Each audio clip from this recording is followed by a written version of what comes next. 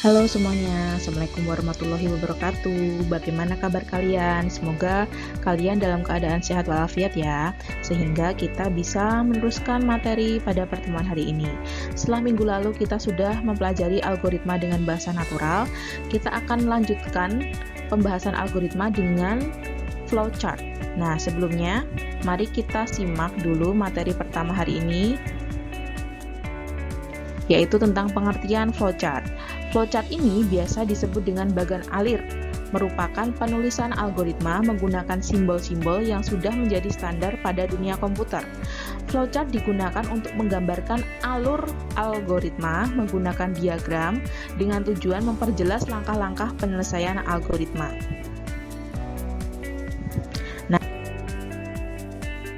Flowchart ini fungsinya ada 4. Yang pertama, dia bisa berfungsi sebagai petunjuk untuk memecahkan masalah dengan runtutan langkah dari umum ke khusus atau khusus ke umum. Lalu yang kedua, dia bisa digunakan sebagai dokumentasi proses agar proses dapat terorganisasi dengan baik. Selanjutnya, flowchart juga bisa digunakan sebagai alat komunikasi untuk mengkomunikasikan hal-hal prosedural terkait fungsi-fungsi khusus yang ada. Selanjutnya, flowchart juga bisa digunakan sebagai panduan pemrograman untuk menggambarkan garis besar program yang akan dibuat. Nah, flowchart ini ada beberapa jenis. Yang pertama yaitu sistem flowchart, di mana bagan yang menunjukkan arus pekerjaan secara keseluruhan sistem. Lalu yang kedua ada yang namanya semantic flowchart, bagan alir yang menggambarkan prosedur dalam sistem. Lalu yang ketiga ada program flowchart, menggambarkan urutan proses program secara detail dan hubungan antara suatu proses dan proses lainnya.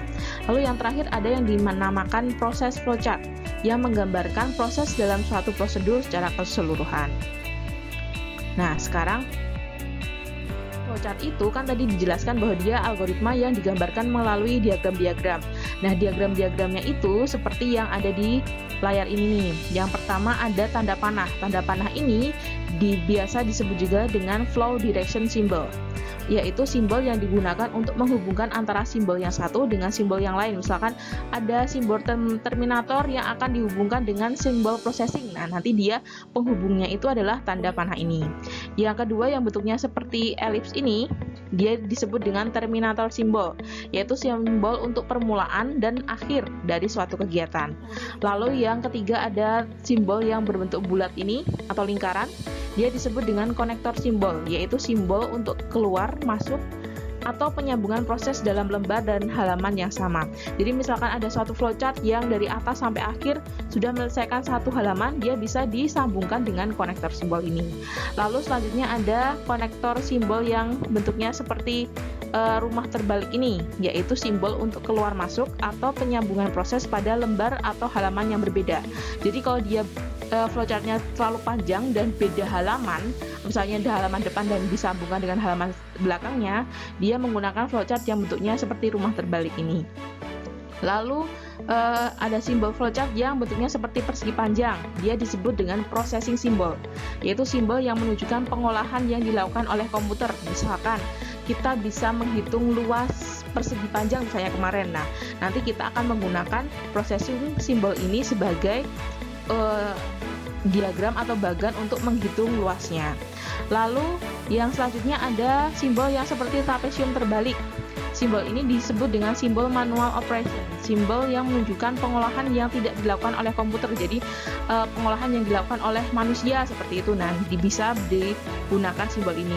Lalu ada simbol yang seperti belah ketupat. Simbol ini disebut dengan simbol decision, simbol pemilihan proses berdasarkan kondisi yang ada. Jadi misalkan kondisi itu terpenuhi, nanti hasilnya apa, kalau tidak terpenuhi hasilnya apa, seperti itu. Lalu ada yang berbentuk seperti jajar genjang. Kalau yang jajar genjang ini adalah simbol atau simbol input atau output, simbol yang menyatakan proses input dan output tanpa tergantung dengan jenis peralatannya. Oke, lanjut ke simbol-simbol flowchart selanjutnya. Masih banyak ya, setelah tadi kita sudah membahas 8 simbol, sekarang kita bahas lagi simbol-simbol yang lain. Yang selanjutnya, ada yang namanya simbol manual input, simbol yang digunakan untuk pemasukan data secara manual online keyboard. Lalu selanjutnya ada simbol yang berupa segi 6. Segi 6 ini dinamakan dengan simbol preparation. Simbol yang digunakan untuk mempersiapkan penyimpanan yang akan digunakan sebagai tempat pengolahan di dalam storage. Misalnya kemarin kan di bahasa natural kita ada inisialisasi alas atau inisialisasi panjang. Nah, nanti kita bisa menggunakan simbol preparation ini. Lalu yang selanjutnya ada simbol predefined process, yaitu simbol untuk pelaksanaan suatu bagian atau subprogram prosedur. Lalu selanjutnya ada simbol display, simbol yang menyatakan peralatan output yang digunakan, yaitu misalnya layar, plotter, printer, dan sebagainya. Lalu selanjutnya ada simbol disk on online storage, simbol yang menyatakan input yang berasal dari disk atau disimpan ke disk. Disk itu adalah penyimpanan, seperti itu. Lalu selanjutnya ada simbol magnetic tape unit, simbol yang menyatakan input berasal dari pita magnetik atau output yang disimpan ke pita magnetik juga. Lalu ada juga simbol punch card, simbol yang menyatakan bahwa input berasal dari kartu atau output juga berasal output yang dituliskan ke kartu. Lalu yang terakhir ada yang dinamakan dengan simbol dokumen, simbol yang menyatakan input berasal dari dokumen dalam bentuk kertas atau output dicetak ke kertas. Nah, kan tadi banyak banget simbol-simbolnya ya, pasti kalian bingung bagaimana cara menggunakan simbol-simbol tadi. Nah, selanjutnya kita akan bahas cara penggunaannya. Oke, ini nih cara penggunaan dari simbol-simbol tadi. Kalau sebelumnya kan saya sudah mencontohkan tentang algoritma bahasa natural menghitung luas segitiga ya. Di sini dimulai dari langkah pertama mulai, lalu inisialisasi variabel alas dan tinggi. Yang selanjutnya memasukkan nilai alas atau menginput nilai alas. Lalu selanjutnya memasukkan nilai tinggi. Yang kelima memproses atau menghitung luasnya. Yang keenam menampilkan luasnya, lalu yang tujuh selesai. Nah, tadi untuk memulai suatu algoritma dalam flowchart itu digunakan simbol terminator yang bentuknya seperti ellipse ini. Lalu di dalamnya kita tulis mulai.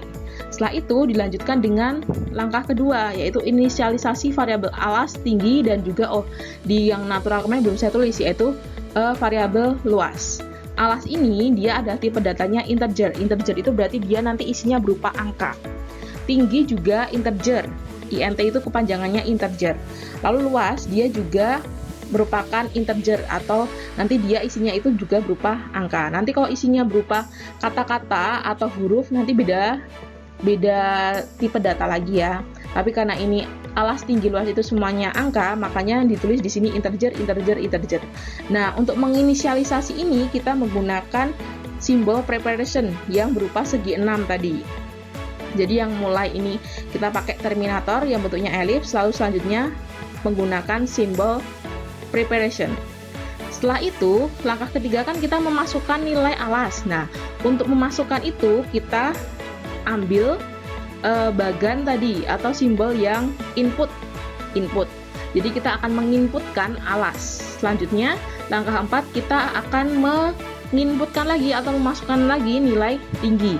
Nah, setelah memasukkan alas, memasukkan tinggi, baru kita proses. Nah, untuk proses, untuk menghitung luasnya, kita menggunakan simbol processing.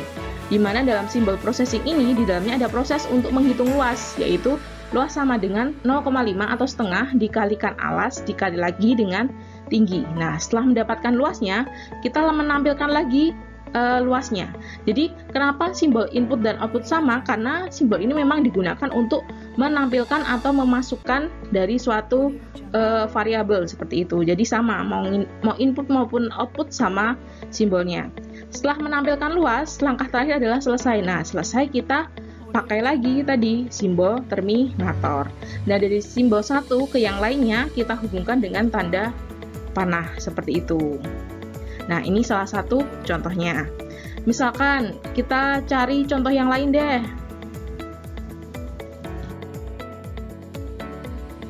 Oke, selanjutnya saya sajikan di sini adalah flowchart untuk menentukan siswa itu remedi atau tuntas.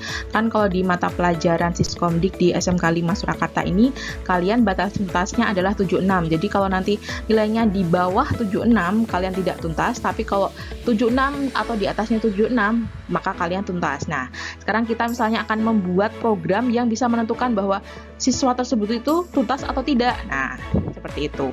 Caranya yang pertama sama seperti tadi, kita mulai dengan simbol terminator yang di dalamnya dituliskan mulai, seperti itu, berarti prosesnya akan dimulai.